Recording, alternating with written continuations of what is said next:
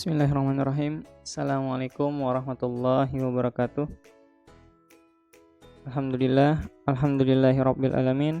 Allahumma salli wa sallim ala sayyidina Muhammadin wa ala alihi wa sahbihi ajmain. Bismillahirrahmanirrahim. Raditu billahi rabba wa bil islami dina wa bi Muhammadin nabiyya wa rasula.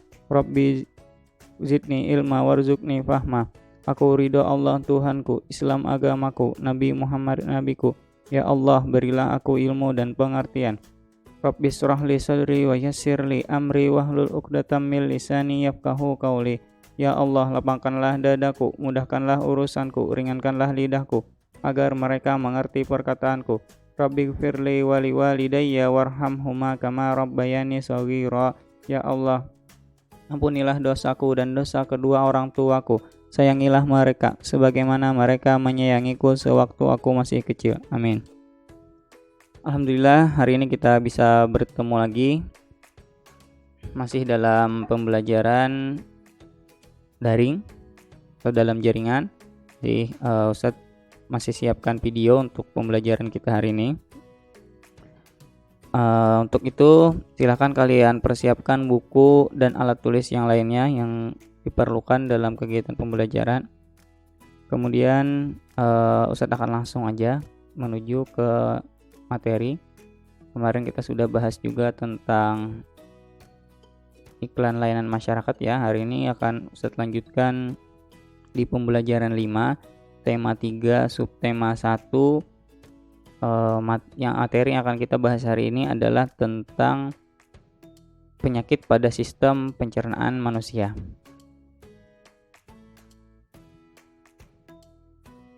Silakan buka bukunya di halaman, ini pembelajaran 5 ya, ada di halaman 34 buku Kemendikbud.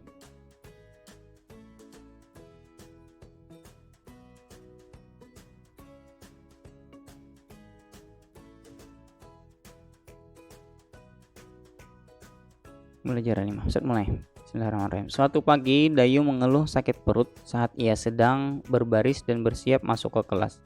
Setelah dicari tahu, ternyata Dayu tidak sarapan. Malam sebelumnya ia juga terlambat makan malam. Akibatnya sakit mahnya pun kambuh. Ini karena Dayu tidak, berarti makannya Dayu tidak teratur seperti itu ya. Dia tidak mengatur makannya dengan baik. Jam makannya diabaikan atau dia bahkan sampai tidak makan. Akhirnya terjadilah yang namanya sakit mah. Banyak orang berpikir bahwa penyakit mah hanya bisa diderita oleh orang dewasa. Ternyata anak-anak pun bisa terkena mah. Apa penyebabnya? Apakah gejala mah yang dialami anak-anak sama dengan yang dialami orang dewasa? Nah, kita lanjutkan. Pada anak-anak yang mudah memproduksi gas pada lambungnya memiliki pantangan makanan. Misalnya tidak boleh makan pedas dan asam. Mereka harus banyak makan sayur dan buah. Serta tidak boleh terlalu banyak makan mie instan. Nih, tidak boleh terlalu banyak makan mie instan, berarti juga dapat memicu penyakit mah ya. Oleh sebab itu, anak-anak perlu terus diingatkan untuk selalu menjaga apa yang mereka makan. Fungsi alat pencernaan kita adalah untuk memproses pemecahan makanan menjadi sari-sari makanan sehingga dapat digunakan oleh tubuh. Untuk mencerna makanan diperlukan organ pencernaan. Bahkan makanan yang kita makan tidak langsung diserap oleh sel-sel tubuh. Sebelum diserap, bahan makanan harus dicerna melalui proses pencernaan.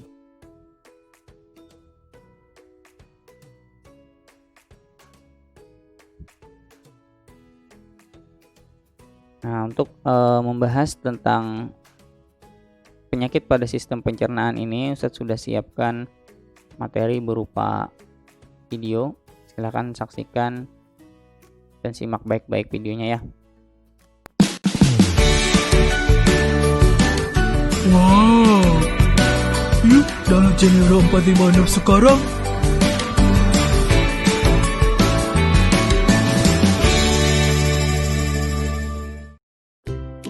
Kenapa ya perut kita bisa sakit? Gini Bol, gangguan atau penyakit pada organ pencernaan umumnya disebabkan oleh makanan yang tidak sehat dan pola makan yang tidak teratur. Aku jadi ingat minggu lalu pas aku kena diare. Kok bisa, Bol? Minggu lalu, aku makan bakso di taman. Dan aku pesan yang super pedas. Yah, pantas aja kamu sakit, Bol. Hehehe, iya Pipo. Aku baru tahu loh, kalau diare sering disebut juga mencret. Kata dokterku, seseorang yang terkena diare mengalami buang air besar yang lebih sering dan encer dari biasanya. Sama kayak yang aku alami. Walaupun termasuk penyakit ringan, tapi kalau tidak mendapat perawatan yang benar, diare bisa jadi bahaya loh.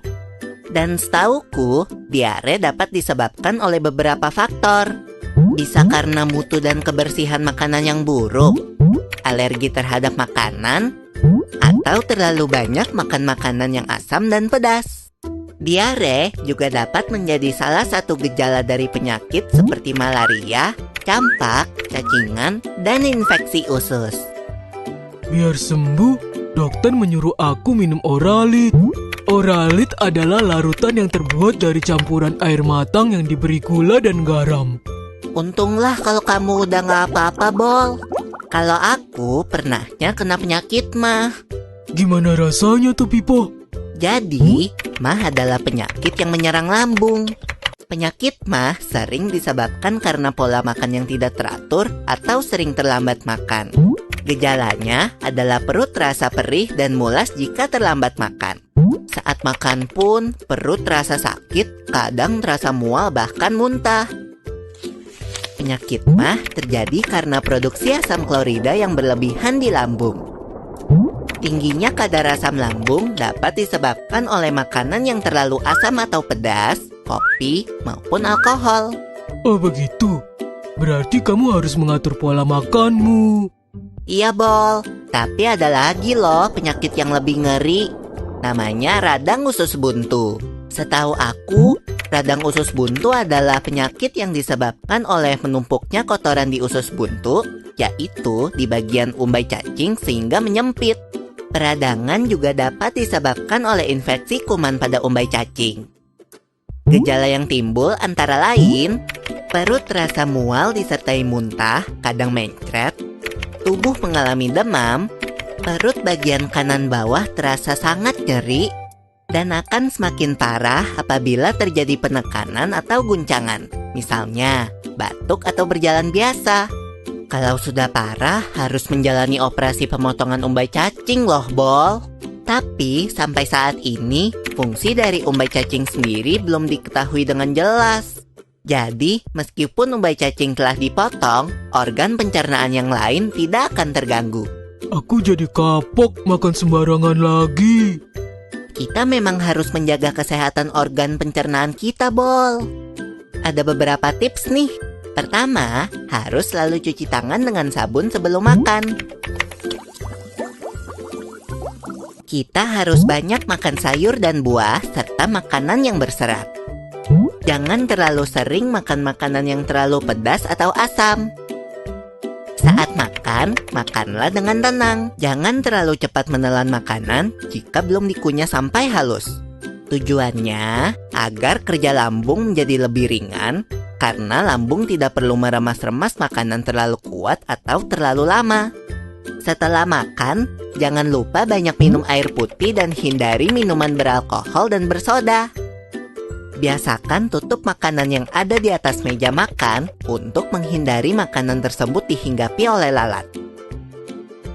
Oh iya, Bol, biasakan juga makan secara teratur, yaitu 3 kali sehari dan hindari telat makan. Hindari juga tempat makan yang kebersihannya tidak terjaga. Yuk, mulai jaga kesehatan pencernaan kita. Sampai ketemu di pembahasan selanjutnya ya.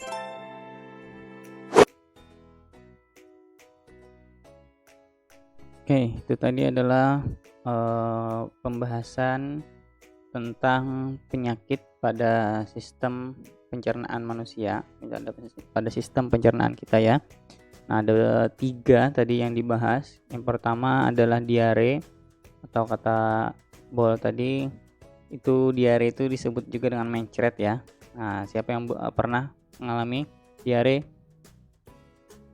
pasti tahu tuh gimana rasanya ya. Kemudian ada juga mah. Mah ini umumnya disebabkan oleh pola makan yang tidak teratur. Gimana pola makan yang teratur? Nah, usahakan 3 kali sehari seperti itu ya. Pagi, siang, dan malam. Kemudian ada juga yang paling parah tadi diceritakan juga, yaitu radang usus halus, dan ini penanganannya kalau memang sudah sangat mengganggu maka harus dioperasi. Kemudian gimana caranya agar kita tidak terkena atau terhindar dari penyakit sistem pencernaan ini? Yang pertama tadi adalah dengan cara menjaga organ pencernaannya ya, yaitu dengan cara mencuci tangan, menggunakan sabun, sering-sering cuci tangan seperti itu ya. Kemudian makan dengan tenang. Nah, kunyah makanan itu dengan baik-baik ya, kunyah dengan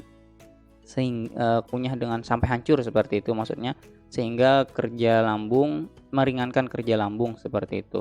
Kemudian makanan-makanan yang sehat, hindari makan makanan yang terlalu pedas seperti itu ya. Apalagi kalau sampai bahkan terlalu sering makan mie instan juga bisa menyebabkan penyakit pada sistem pencernaan. Kemudian perbanyak juga minum air putih, hindari minuman yang bersoda, apalagi yang beralkohol seperti itu.